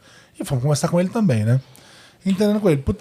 Cara, como é que você pensa quem é o elemento mais importante nessa esteira, né? E ele, de pronto, ele falou, é o gerente. Mas é o gerente? Você acha mesmo que é o gerente? Mas, cara, você tem... vamos chutar aqui. Você tem 10 mil pessoas na empresa. Sei lá, você vai ter aqui 1000 gerentes, né? É mais importante ter 1000 vendedores ou 9.000 vendedores? 1000 gerentes ou 9.000 vendedores? Não, eu digo, se você é a pessoa mais importante, né, naquele contexto é o gerente, né? Imaginando que numa empresa de 10 mil pessoas você tenha 1000 gerentes, é mais importante você ter 1000 promotores ou 9.000 promotores, né? Aí ele parou pra pensar, não, realmente, acho que... Aí ele reviu, cara, e criou uma construção muito legal, que era assim, cara, é importante que todo mundo seja um vendedor da empresa. Todo mundo olhe para isso aqui e pense, cara, como que eu posso fazer melhor? Como que eu vou amanhã fazer melhor do que hoje? É chegar em casa e contar pro irmão, pra esposa, pro marido, porque como é que meu dia foi do caramba, minha empresa do caramba, essa venda, né? Essa coisa do cara vendendo no dia a dia, vendendo no churrasco com os amigos, vendendo na viagem, ele tá sempre vendendo, né? Sim. Mas olha que interessante, né? Quem que melhor conhece o cliente na empresa que vocês já passaram? Dentro da empresa, quem que melhor conhece o cliente? As dores, acho que tá no front. O pessoal atendimento. Quem tá no front. Customer Quem tá no balcão, success. Onde que tem o maior turnover? Atendimento. A gente está reciclando as pessoas que melhor conhecem o nosso cliente, né? Então, como que a gente que está no background, a gente tem que trazer esse conhecimento, ou seja, tem que estar mais perto do cliente e todo mundo. Seria algo do tipo... Seria mais do tipo... ter pessoas que se conectem com isso do que ter essa coisa do giro. E, em geral, é muito isolado, né? Ou você terceiriza, acontece pra caramba, ou você realmente tem um turnover gigante, uma quantidade enorme de pessoas ali isoladas, né? Porque Você vê, em geral, o call center fica num lugar separado, fica numa... Ou você resolve isso daí, ou você tem que levar esse conhecimento para outro lugar, né? Porque É verdade, pessoas tem que trocam, circular. Tem que circular. E o Nubank faz muito bem isso, né? Acho que é um case aqui do Brasil que é fora de série, né? E nos Estados Unidos tem aquelas Apos que foi vendida pro... Eu acho que sensacional também, né? Que é aquele livro do Satisfação Garantida, que é o fundador deles. Que eu acho fundamental, assim, muito legal. Que, pô, ele fala que o sucesso do cliente é o foco principal da empresa, né? Então ele falou, pô, se você for lá mandar mensagem pro atendimento 00:30, pedindo conselhos amorosos, o meu atendente vai te dar um conselho amoroso. E era real, tipo, a pessoa ia lá, apertava, dava um conselho amoroso. Então, pô, você quer pedir uma pizza? O cara ia lá, ajudava a pessoa a pedir uma pizza. Então, a pessoa do front ali, ele tem um contato com o cliente, né? Ele vai conseguir saber as necessidades, as dores, as objeções e pode levar isso pra dentro da empresa para que melhore o produto. Porque isso vira e o cultura, serviço. isso vira mantra. Sensacional. Engraçado, né? E a gente tá vivendo um momento em que a gente tá olhando muito pra automação do atendimento, né? E tudo bem, na automação do atendimento você tem ali uma série de comportamentos que você consegue coletar, né? Você sabe que uma coisa que eu tenho... que sempre me vem quando eu penso nisso, né, cara? Que a gente segue um pace tão grande de automação e de tirar ali o atendimento humano do processo, que eu acho que esse negócio vai acabar virando o novo... A nova uma inovação. inversão de tendência, né? Ter um atendente humano é o diferencial, né, cara? Já tem gente vendendo isso. Né? É a inovação. Falar com uma pessoa é o diferencial, porque você tá tão acostumado com... Você vai se acostumando tanto a falar com um robô e resolve seus problemas de fato, Sim. mas às vezes você quer falar com alguém que te ouça, nem que seja reclamar, né, cara? Isso tem um aspecto de humanização da história, né? sim. Que é muito disso. Acho que o atendimento, né? E quando você fala de olhar para o cliente, né? Ou olhar para o colaborador, ou melhor, estimular o seu colaborador a olhar para o cliente é um exercício de empatia, né? De construção dessa dinâmica. Eu acho também que essa questão do atendimento humano e automatizado vai muito também, igual você falou, do ciclo do produto, né? Pô, você tá no estágio inicial de uma empresa lançando um produto, você vai deixar tudo automatizado? Você não vai querer ter um contato com o cliente para capturar insights ou melhorias ali, ou novas funcionalidades? Eu acho que isso também é um ponto importante, porque normalmente quando tá tudo automatizado, a empresa já tá muito consolidada no mercado, e aí que vem as questões dos novos entrantes, né? Que vem com uma experiência inovadora, diferenciada, né? Eu acho que isso tá... né? Um diálogo... Um diálogo que de fato tenha conexão, né? Como você está falando, né? Da questão da necessidade. Isso eu acho que é para tudo, tá relacionado a muita coisa. Tudo é demais, mas tá relacionado a muita coisa, né? Eu acho que você aprende bem quando você ouve uma história, você compra melhor quando você ouve uma história, porque as pessoas se conectam com histórias. Então, assim, no fim das contas por que a gente fala hoje de marketing de conteúdo, né? Porque, cara, é muito mais fácil vender o produto quando alguém tá contando uma história sobre isso. Pô, como foi legal. Pô, tô tomando essa coisa maravilhosa aqui, eu vou contar as minhas experiências com isso, como foi, etc, etc. Ou melhor, eu vou falar aqui do Voz e Conteúdo e, puta, como foi legal a experiência a gente dá esse depoimento, né? A primeira vez que a gente sentou pra gravar, a gente nunca tinha feito a gravação e a gente foi atendido de um jeito que foi muito acolhedor e que ofereceu muita segurança pra gente. E aquilo ali, cara, é um negócio que, puta, né? Mas conecta muito com a questão do... Quando você conta essa história... Desculpa. Como você conta essa história, você não tá fazendo uma venda crua, dizendo, puta, vem aqui, Voz e Conteúdo, é bom pra caramba, etc, etc. Os caras são legais. Quando você conta essa história, você fala, olha ali, vou ouvir o que esse cara tá falando, porque parece ser uma experiência legal. E aí isso constrói essa perspectiva, né? Sim, é muito o que o Simon Sinek fala. Que cara, quando você está contando do seu produto, você não tem que contar o que ele faz, mas o porquê você está produzindo o que você produz. E essa discussão, quando a gente foi ouvir o Paz, cara, o que o Voz e Conteúdo faz? Ele não foi contar o que efetivamente quer. Cara, o que eu faço é o seguinte, você vai entrar numa sala, você vai lá conseguir produzir seus conteúdos, vai gravar, vou ter os cortes e tudo mais. Tem uma questão de propósito por trás disso. Cara, a gente faz isso porque a gente quer potencializar a democratização do acesso a conteúdo e tudo mais. Então, é uma questão muito mais inspiracional do que qualquer outra coisa.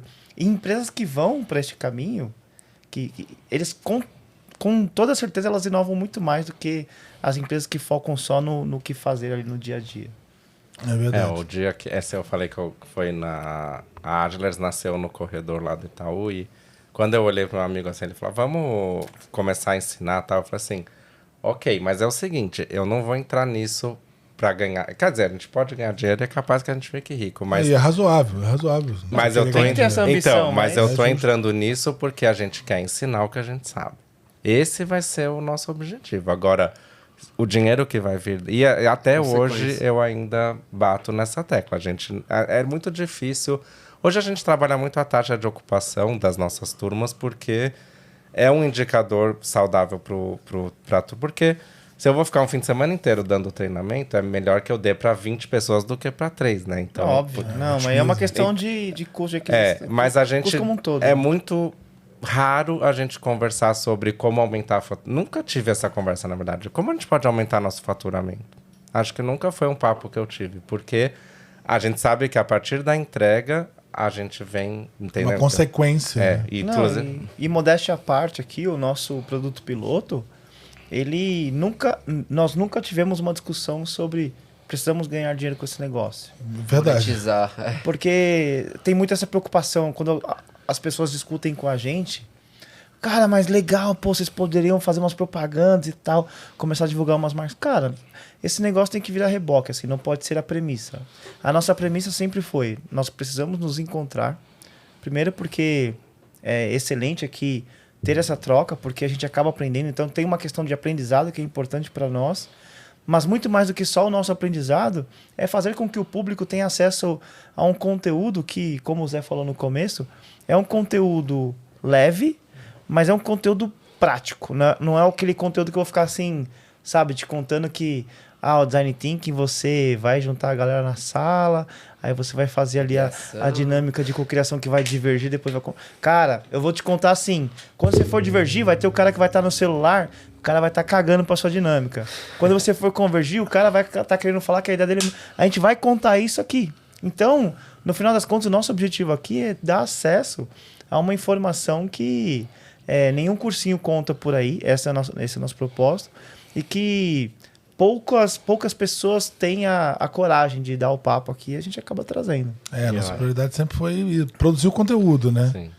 Se encontrar e como eu te falei, acho que nunca foi tão importante falar e dar voz também para que a gente... Porque no fim das contas também é a construção de repertório, né? Pra gente é um puta da aprendizado de ter demais. aqui. Puta, e a cada hora a gente tá tendo a oportunidade de conversar com pessoas que estão conduzindo negócios diferentes, que estão de áreas diferentes, cadeiras diferentes. Isso é uma baita de uma construção para nós, né? E se eu pudesse falar cada episódio aqui, eu aprendi um negócio diferente. Por exemplo, o que foi marcado, com o Guilherme foi sensacional. Mas o que foi marcado é assim, eu preciso tirar minha ideia do papel. Mas calma aí. Cadê o papel? Aonde que tá escrita a sua ideia pra gente validar esse negócio? Na verdade, você tem que colocar. Exato. Mas uma coisa que eu tenho percebido cada vez mais quando vem alguém me procurar para fazer algum projeto. Você percebe no primeiro minuto de conversa, eu falo, ele tá precisando de dinheiro. Ou então, não, ele tem uma ideia e quer saber como fazer acontecer. E essa outra alternativa é a que rola. Que é a que, pra mim, é o que me brilha. Que é o Thiago, que eu falei que é esse de Recife, ele tem essa pegada, eu sei, ele tem muito o que entregar. E o que ele tá querendo é, como eu posso entregar isso? E com certeza, a gente encontrar isso, ele vai ganhar muito dinheiro no futuro. Mas hoje a preocupação dele é, eu tenho uma solução, eu tenho algo a entregar. E eu fico muito... Quando eu olho as pessoas que sentam e falam, como eu posso ganhar dinheiro? Como eu posso ganhar dinheiro? E você não vai conseguir. Não é isso. Exato. Eu acho que... Ou vai conseguir daqueles jeitos que a gente não pega é legal. bem. E conecta muito com o que a gente tá falando, né? Pô, dá o norte. Cara, igual você comentou do passo aqui do Voz do Conteúdo. Cara, eu quero democratizar o acesso às pessoas que têm conhecimento a divulgar o seu conhecimento. Como? Aí vem o como depois, né? Pô, hoje tá como podcast, mas no futuro pode ser de diversas outras formas. A gente pode criar uma plataforma online onde a gente pode se reunir lá dentro. Spoiler sobre a proposta de valor do cara. Então, não, eu acho que é o que a gente tá falando. Pô, tem o norte, o como, as pessoas e o dia a dia você vai evoluindo, você vai conseguindo criar as coisas pra gerar valor, né, pro ecossistema e atingir aquele propósito e, consequentemente, tem o dinheiro, né? É uma coisa que eu sempre falo, pô, você tem uma empresa igual um carro, né? Você quer chegar até o destino final. O dinheiro, ele é o combustível, na verdade. Não o dinheiro não é onde você quer chegar. Onde você quer chegar é o seu objetivo, né? O dinheiro só vem pra te impulsionar a chegar naquele objetivo. Eu peguei um táxi ontem, eu usei essa metáfora. Sério? A gente tá aqui, mas você tem que levar até a minha casa. Precisa da gasolina pra isso acontecer, mas o objetivo é você chegar. A gasolina tá cara, né? Também, né? Mas uma coisa que vocês têm que estar olhando, né? Que comentários estão surgindo, né? Nos episódios? O que as pessoas comentam? Porque é isso que vai dar o tom do quão útil é, o que isso gera nas pessoas, e daí vira um negócio, um produto, né? Mas... Sim, ouvir as pessoas é importante. Isso é algo que a gente discute com recorrência, né?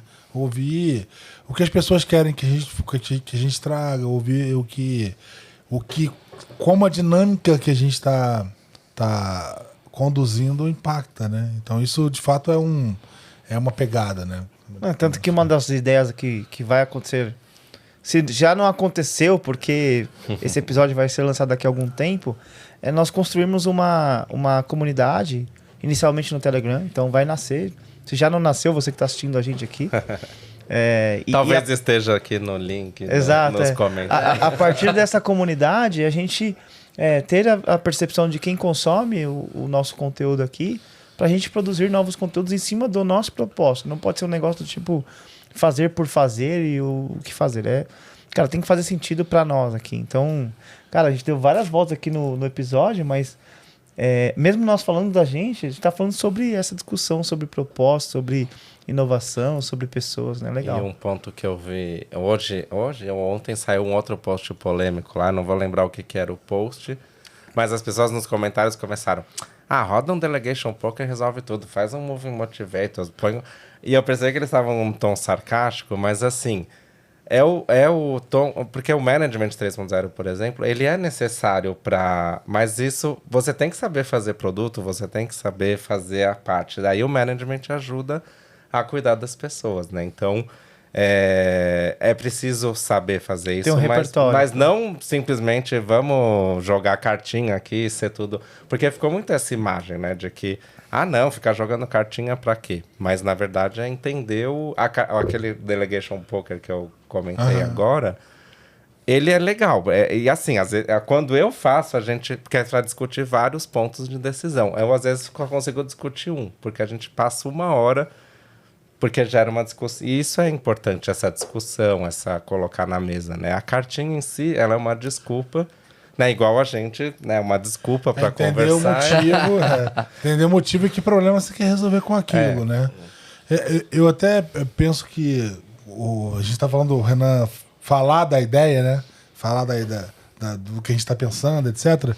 Cara, eu acho que assim, quando a ideia é genuína e você tem um conceito que ele, tem de fato um propósito bem construído, que você quer gerar aquele impacto... É legal dividir, cara. É legal você contar mesmo, que aí você consegue, mais uma vez, voltando pro repertório, né? Você consegue enriquecer o repertório, você consegue ouvir outras ideias, você consegue ouvir feedback das pessoas. E, cara, alguém pode copiar a tua ideia? Pode. Mas, cara, será que vai ter o mesmo propósito que você? Será que andar um passo atrás ou até mesmo um passo à frente, mas sem direção... Você lembra aquele caso... Vai adiantar? Até né? aquele que você contou sobre os dois grupos, aquele que tinha que tirar a melhor foto e aquele grupo que tinha que tirar a maior quantidade de fotos possíveis. Quem tinha a melhor foto? O cara que focou na melhor foto ou aquele que tirou a quantidade maior de fotos possíveis? Resumo da ópera foi o time que tirou a maior quantidade de fotos. Porque no final das contas você está dividindo as suas ideias e tirando insights e, consequentemente, desses insights sai algo poderoso. A história é sobre um professor de fotografia que divide a turma dos melhores dele em 2 grupos. E para um grupo ele diz que tirem a melhor foto possível. Para outro ele diz que tirem a maior quantidade de fotos possíveis. E quando ele recebeu o retorno, a melhor foto estava onde? Estava no que produziu mais quantidade de fotos. Mas não é porque... Não é simplesmente porque eles fizeram um monte delas. É porque eles se permitiram. Exato. Iluminação diferente, posição diferente. Arriscaram. Dividiram. E aí vem também um pouco da tangibilização dessa coisa do outro buzzword, que é... Cara, a gente tem que errar rápido, né? Testar. Cara, se a gente esperasse... A gente tá aqui no 16º episódio e a gente vem evoluindo, né? Se a gente esperasse 16 episódios pra começar a fazer, puta, onde a gente teria chegado, né? Que tipo de repertório a gente teria produzido? E assim, é um pouco disso, né? Que oportunidade nós teríamos perdido. Se permite, né? Não tem a frase que fala assim, se você não tem vergonha do seu MVP, é porque você demorou muito pra lançar. Sim, do Blitzscaling, do Radio O Zé é fã. Sim. Gente, por incrível que pareça, a gente tá aqui há quase 2 horas. Papo flui, bom demais, né, cara? Bom demais, papo flui. Bom demais. Vamos começar aqui a nossa rodada de fechamento. Rafa, conta pra nós aí como é que foi isso, quais foram as suas impressões e como que ficou a sua conclusão em relação a esse episódio? Cara, a minha conclusão é que basicamente o que nós precisamos é expor as nossas ideias, ter a liberdade de errar com consciência e de que o crachá não importa, o que importa é de fato você, como o Brant falou, é você ir para a discussão como se fosse um aprendizado, porque a partir dessa discussão, se você está ali com a sua colaboração e está leve para ouvir outras ideias, consequentemente você constrói algo poderoso. Legal. Basicamente isso. Renanzinho? Sensacional. Não, primeiro eu queria agradecer a presença dele aqui, né? Um cara sensacional, muito conteúdo de qualidade. E, cara, o que eu levo aqui desse episódio é sobre pessoas, né? Acho que a gente sempre fala sobre isso aqui no podcast. E esse episódio ficou muito evidente isso, né? Que a gente tá falando sobre pessoas de fato, né? A gente tá falando sobre uma empresa que tem times, né? A gente tá falando sobre pessoas que constroem times que constroem uma empresa e empresas que constroem um produto que gerem valor para uma pessoa externa, né? Eu acho que isso ficou bem evidente aqui. E acho que é isso. Agradecer, muito obrigado e vamos nessa. Brant, obrigado, cara, pela tua presença aqui, por dividir a mesa com a gente. Foi realmente sensacional. Foi uma noite de aprendizado intenso. Cara, eu acho que, de fato, esse negócio, a tua construção, né, a tua vivência, ela conecta muito com o que a gente pensa, com o que a gente vive pregando, né, de certa forma. É sobre pessoas, né? Na verdade, são pessoas fazendo coisas para pessoas. Então, no fim, é sobre isso, né? E você traz aí todo um ferramental que te ajuda a cuidar dessas pessoas, né? E combinado com uma série de ferramentas que te ajudam a evoluir um produto, aí você mesmo mencionou várias, cara, você tem algo poderoso, né? Assim como o Lehman fala, né? Você reúna fanáticos em torno da sua ideia e você vai ter algo imensurável, né? Muito obrigado pela tua presença. Eu queria que você fizesse sua consideração final, e eu queria que você falasse sobre 2 coisas na sua consideração. Um pouco sobre... desse um recadinho para aquele cara que está começando o negócio dele, e desse um recadinho para aquele gestor que está querendo mudar o jeito de fazer as coisas. Seu mindset. Começa, por favor, contando para as pessoas como elas se encontram nas redes sociais. E, por favor, fica à vontade aí para fazer o seu encerramento. Tá, eu acho que redes sociais pode procurar agilers.com.br, que é o nosso Instagram. A gente tem alimentado bastante. Hoje a conversa, vocês perceberam que a gente chegou num nível que foi a média de todos nós juntos, né? E é isso que a gente tem que saber fazer, né? A gente chegar... né? Lembra que eu falei do mérito? às vezes o voto foi por esse caminho, porque era o caminho que aquele grupo tinha, né? Então, quem está começando é um coach, né? Eu acho legal que eu saí muito desse mundo do coach, mas eu gosto de algumas lições, mas tinha um que falava, tira o dinheiro daqui, né? Porque daí ele vai pro bolso, né? Então, para de pensar assim, essa obsessão de como ganhar dinheiro, né? E pense em como resolver um problema, como fazer o que você gosta, e aí você vai encontrar um caminho depois. Então, acho que essa seria uma dica interessante. E qual que era a outra é para aquele gestor que está querendo mudar o modelo mental dele. Tenta, né? Porque às vezes, assim, os maiores exemplos que eu ouvi de sucesso foi: eu saí de férias e eu decidi não colocar ninguém no meu lugar. E quando eu voltei, eu vi que a equipe se deu bem. Ou eu simplesmente deixei. E aí eles viram que o resultado foi muito legal. Então, acho que tem que arriscar. O que eu mais odeio ouvir no meu mundo corporativo é: não, Thiago, não pode levar assim pro gestor. Não, eu sei que é assim, mas eles não vão aceitar.